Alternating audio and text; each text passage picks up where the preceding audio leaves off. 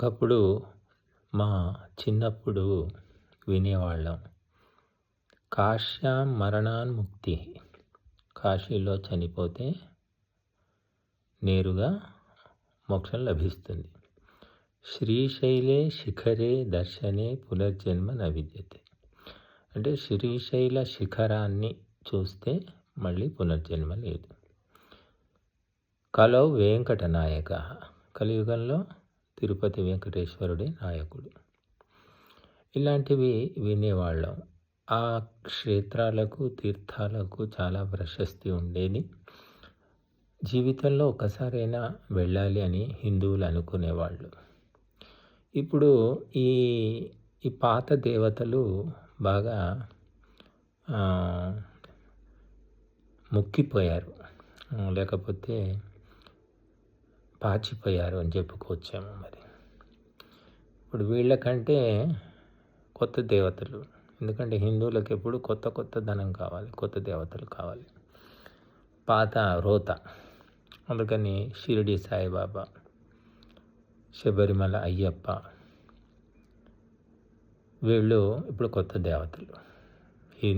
హిందువులు, అందులో ముఖ్యంగా తెలుగు వాళ్ళు ఎగబడి పోతూ ఉన్నారు. జై శ్రీరామ్ కంటే సాయిరామ్ అంటే చాలా డిమాండ్ ఉంది ఇప్పుడు. మరి స్వామియే శరణం అయ్యప్ప అని గట్టిగా గావుకేకలు పెడుతూ ఉంటారు. ఇక ఈ రెండు కూడా పాతబడ్డాయి. ఈ సంప్రదాయాలు మొదలై మనం చూసి 30-40 ఏళ్ళు అవుతుంది. మనకంటే పూర్వీకులు అంటే 80-90 ఏళ్ళ వాళ్ళకు ఈ సంప్రదాయాలు వల్ల చిన్నప్పుడు తెలియదు అసలు. ఇవి కూడా 30-40 ఏళ్లలో బాగా పాతబడ్డాయి. మళ్ళీ కొత్త కావాలి, కొత్తదనం, కొత్త దేవతలు కావాలి. అందుకోసం ఇంకా మార్కెట్లోకి కొత్త దేవతలు వస్తున్నారు. అందులో ఈ మధ్య ఈ ధర్మ గురువులు అనేవాళ్ళంతా బాగా జాకీలు పెట్టి పైకి లేపుతున్నారు. అరుణాచల శివుడు, అరుణాచలం గొప్పది, భూలోక కైలాసం, ఇంకేదేదో ఇంకా వాళ్ళ నోటికి వచ్చిందంతా పేలడం. ఆ తమిళనాడులో అరుణాచలం గొప్పది అని దానికి బాగా మేకప్ వేసి ప్రచారం కల్పించారు. ఇక అరుణాచలం పిచ్చి పట్టింది జనాలకు, పెరుగుతూ ఉన్నారు అక్కడికి. అరుణాచల గిరి ప్రదక్షిణ, కొండ చుట్టూ తిరిగితే సరిపోతుంది. సత్యము, ధర్మము, న్యాయము, అహింస, బ్రహ్మచర్యం ఇవేమీ అవసరం లేదు. కొండ చుట్టూ తిరగండి, గిరి ప్రదక్షిణ. కార్తీక పౌర్ణమి రోజు ఇంకేదో విశేషమైన దినాల్లో తిరగాలి. ఇవన్నీ ధర్మగురువులుగా ప్రసిద్ధి పొందిన వాళ్ళు ఊదరగొట్టడం చూస్తే ఆశ్చర్యం వేస్తుంది. మన ధర్మ గ్రంథాల్లో ఎన్నో గొప్ప విషయాలు ఉన్నాయి. అసలు మనిషి దేవతగా, మహాయోగిగా, మహామానవుడిగా మారడానికి ఎన్నో గొప్ప సాధనలు, దీక్షలు, తపస్సులు, వ్రతాలు అన్నీ పక్కన పెట్టేశారు.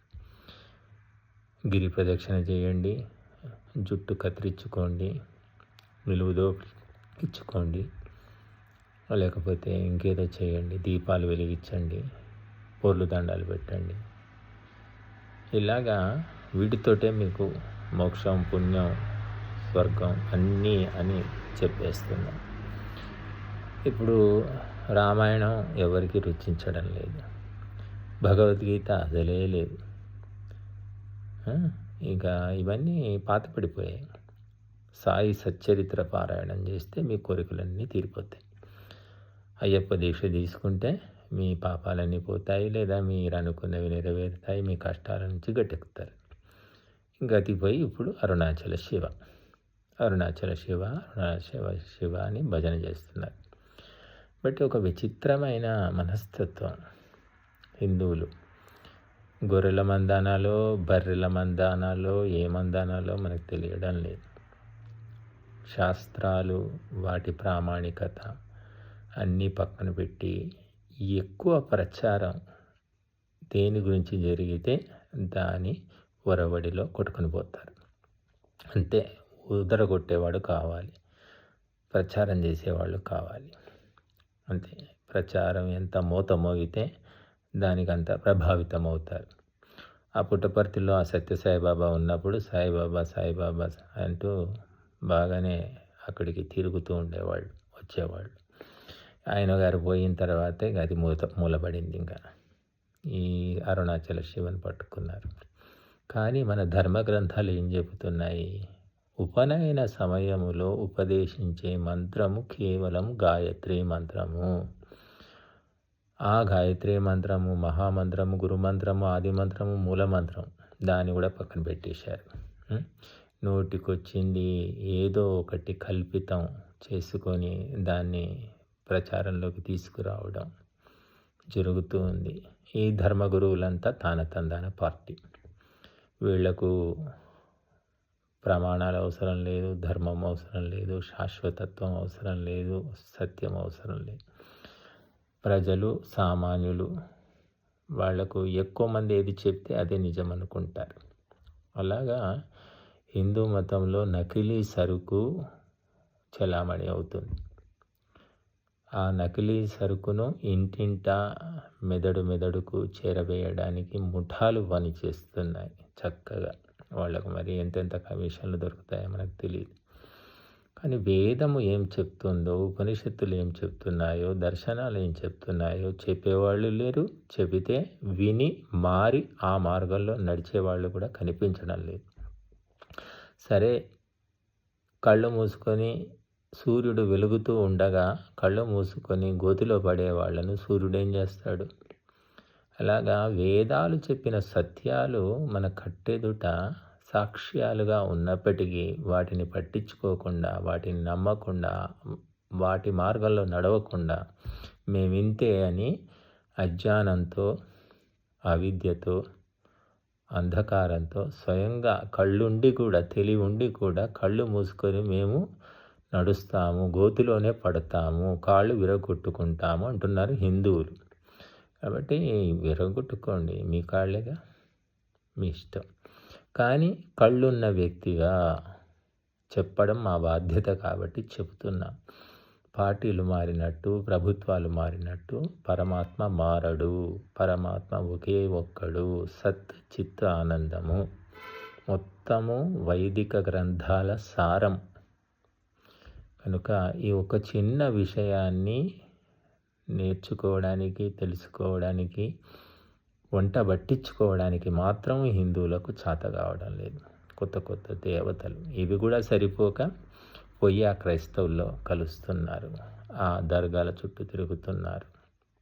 కాబట్టి ఈ విచిత్రమైన రకరకాల దేవీ దేవతల్ని నమ్ముకొని బుద్ధి చంచలమై ఏకాగ్రత లేక ఏమి చేస్తున్నారో కూడా ఎవరికీ తెలియడం లేదు.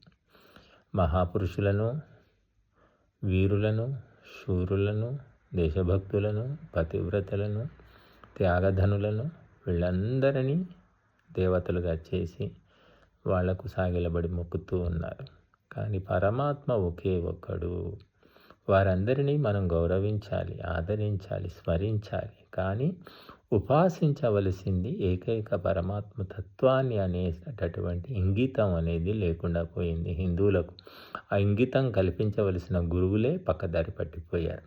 వాళ్ళే ఉప్పు కారాలు తిని, ఉల్లి వేలులు తిని నోటికొచ్చింది మాట్లాడుతున్నారు. మీరు చూడవచ్చు ఎన్ని వీడియోస్, రకరకాలైనటువంటి ప్రవచనాలు. వాళ్ళ మాటల్ని వాళ్ళే ఖండించుకుంటున్నారు. ఆ ప్రసిద్ధి పొందిన ప్రవచనకారులు వాళ్ళు హిందువులకు మహాగురువులు. కాబట్టి ఇటువంటి గురువులను నెత్తిమీద పెట్టుకున్న హిందువుల బుద్ధి భ్రష్టు పట్టక ఏమవుతుంది? కాబట్టి సత్యము ఒకటే ఉంటుంది. అది కలియుగానికి ఒకటి, కృతయుగానికి ఒకటి, ద్వాపర యుగానికి ఒకటి, అలా ఉండదు. ఏ యుగంలోనైనా సూర్యుడు వెలుగుతాడు, సూర్యుడే పగటిని ప్రకాశింపజేస్తాడు, చంద్రుడు కాడు. ఇది భగవంతుని నియమం. ఈ కనీస విషయాలు, మౌలిక విషయాలు తెలుసుకోకుండా మరి హిందుత్వము, సనాతనము, ధర్మము అంటూ పెద్ద పెద్ద మాటలు మాట్లాడేవాళ్ళు బోలెడు మంది మనకున్నారు. కాబట్టి వివేచన అనేది లేకుండా ఈనాడు హిందువులు వెళ్ళిపోతున్నారు. కాబట్టి స్వాతంత్ర్యం పొందినప్పటికీ కూడా విదేశీ దుష్ట మత ముఠాలు చక్కగా ప్రచారం చేసుకుంటున్నాయి. ఊళ్ళకు ఊళ్ళు మత మార్పులు జరుగుతున్నాయి. పుణ్యక్షేత్రాలు, దివ్యధామాలు అని చెప్పుకునే చోట్లలో తిరుపతి, శ్రీశైలము, కాళహస్తి ఎక్కడైనా కావచ్చు, భద్రాచలం చూడండి, మీరు వెళ్ళి తోవలో మొత్తం అవే విదేశీ మత ముఠాల గుడారాలు. ఎందుకు జరుగుతుంది అంటే ఐకమత్యము లేదు, శాస్త్రాలను చదవాలి, శాస్త్రాలు ఏం చెప్తున్నాయో తెలుసుకోవాల్సిన ఇష్టము లేదు, బాధ్యత లేదు, అన్వేషణ లేదు. కోరికలు, పుట్టల కోరికలు తీరడానికి కొత్త కొత్త దేవతలు కావాలి, కొత్త కొత్త పద్ధతులు కావాలి, కొత్త కొత్త మంత్రాలు కావాలి. అందుకే ఈ మానసిక బలహీనతతోటి సాధించింది ఏమీ లేకపోగా మార్కెట్ సరుకుగా మారిపోయి హిందువు నశిస్తున్నాడు. కాబట్టి వేదాలు చెప్పిన ఒకే మార్గము, ఆ ఒకే మార్గము ధర్మ మార్గము, వైదిక మార్గంలో ప్రయాణం చేస్తేనే హిందువు శక్తిమంతుడుగా, వ్యక్తిత్వం కలిగి ధర్మాచరణంతో ప్రపంచాన్ని శాసిస్తాడు. లేకపోతే గుంటనక్కలు, తోడేళ్ళు, గుడ్లగూబలు, చిరుతపులులు, కొండ చిలువలు చుట్టూ ఉన్నవే అవి మింగేయడానికి సిద్ధంగా ఉన్నాయి. కాబట్టి ఏకతత్వాన్ని ఉపాసించి మరి ఒకే ధర్మ మార్గంలో నడిచి హిందువు తాను బ్రతికి ప్రపంచాన్ని బ్రతికించాలి, సర్వ ప్రాణులను కూడా రక్షించాలి.